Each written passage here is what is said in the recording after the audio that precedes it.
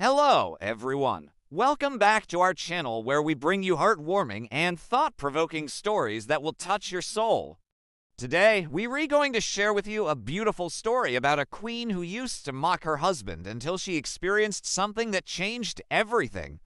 So make sure to listen attentively because the lesson in this story is truly valuable. Once upon a time in a kingdom far away, there lived a beautiful queen who was loved by everyone in the kingdom.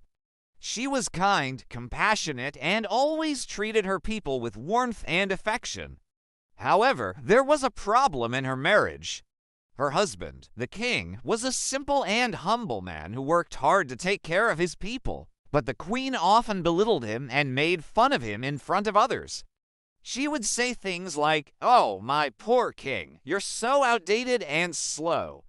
How can we modernize the kingdom with you around?" Or, "I can't believe you still use a wooden crown. Don't you think it's time for an upgrade?" The king was deeply hurt by his wife's words, but he chose to ignore her and continued to serve his people with love. One day, the queen decided to organize a grand ball and invited all the kings and queens from neighboring kingdoms. She wanted to show off her wealth and power and make sure everyone knew that she was the most important person in the room. On the day of the ball, the king got dressed in his finest royal robes and waited for his wife so they could enter the ballroom together.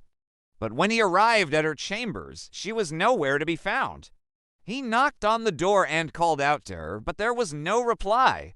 He tried to open the door, but it was locked. Worried that something might be wrong, the king called for a servant and asked them to find the queen and let her know that he was ready. As the minutes turned into hours, the king grew increasingly anxious. Where was his wife? Why wasn't she answering his calls?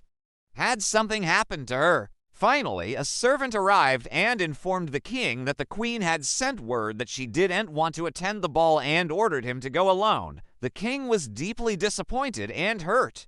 He couldn't understand why his wife would treat him this way, especially on such an important night, but he had no choice but to obey. When the king entered the ballroom alone, all eyes turned to him in surprise.